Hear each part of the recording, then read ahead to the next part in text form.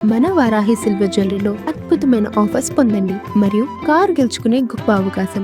యుద్ధం అంటే కేవలం తుపాకులు బాంబుల మూత మాత్రమే కాదు, అది దేశాల మధ్య జరిగే మైండ్ గేమ్. తాజాగా ఇరాన్ అధ్యక్షుడు మసూద్ పెజెష్కియాన్ అమెరికా ప్రజలకు రాసిన బహిరంగ లేఖ అగ్రరాజ్య రాజకీయాల్లో పెను సంచలనానికి తెరలేపింది.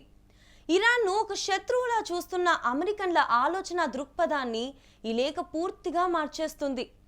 క్షిపణుల కంటే శక్తివంతమైన మాటలతో పెజెష్కియాన్ అమెరికా పాలకుల వైఫల్యాలను ప్రపంచం ముందు నిలబెట్టారు.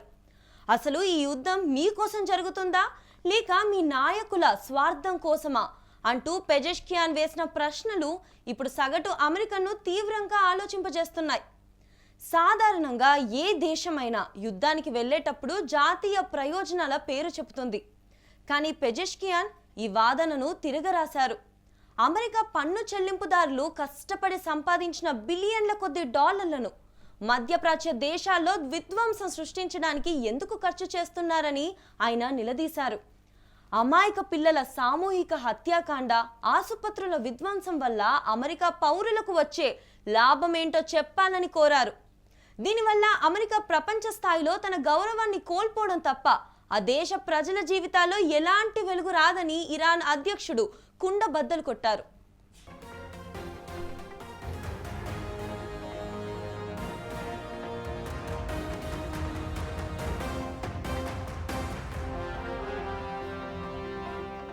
డొనాల్డ్ ట్రంప్ తన రాజకీయ జీవితాంతం అమెరికా ఫస్ట్ అని నినాదాన్ని వాడుకున్నారు.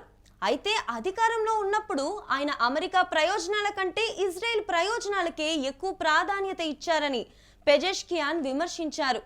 ఇరాన్పై ఆంక్షలు విధించడం వల్ల అమెరికా ఆర్థిక వ్యవస్థకు కూడా నష్టం వాటిల్లిందని, యుద్ధ వాతావరణం వల్ల సామాన్య ప్రజలు భయంతో బతకాల్సి వస్తుందని ఆయన గుర్తు చేశారు. ట్రంప్ తన నినాదాన్ని కేవలం ఓట్ల కోసమే వాడుకున్నారని, చేతల్లో మాత్రం యుద్ధోన్మాదాన్ని ప్రోత్సహించారని పెజెష్కియాన్ చేసిన విశ్లేషణ ఇప్పుడు ట్రంప్ రాజకీయ వైఖరిని ఎండగడుతుంది. ఒక దేశాన్ని రాతి యుగానికి నెట్టేస్తామంటూ బాంబులు వేయడం ఏ రకమైన నాగరికత అని పెజెష్కియాన్ ప్రశ్నించారు. క్యాన్సర్ వంటి ప్రాణాంతక వ్యాధులకు వాడే మందులను కూడా ఇరాన్కు అందకుండా ఆంక్షలు విధించడం ఎంతవరకు సమంజసమని ఆయన అడిగిన ప్రశ్నలు అమెరికాలోని మానవతావాదుల మనసును కలిచివేస్తున్నాయి.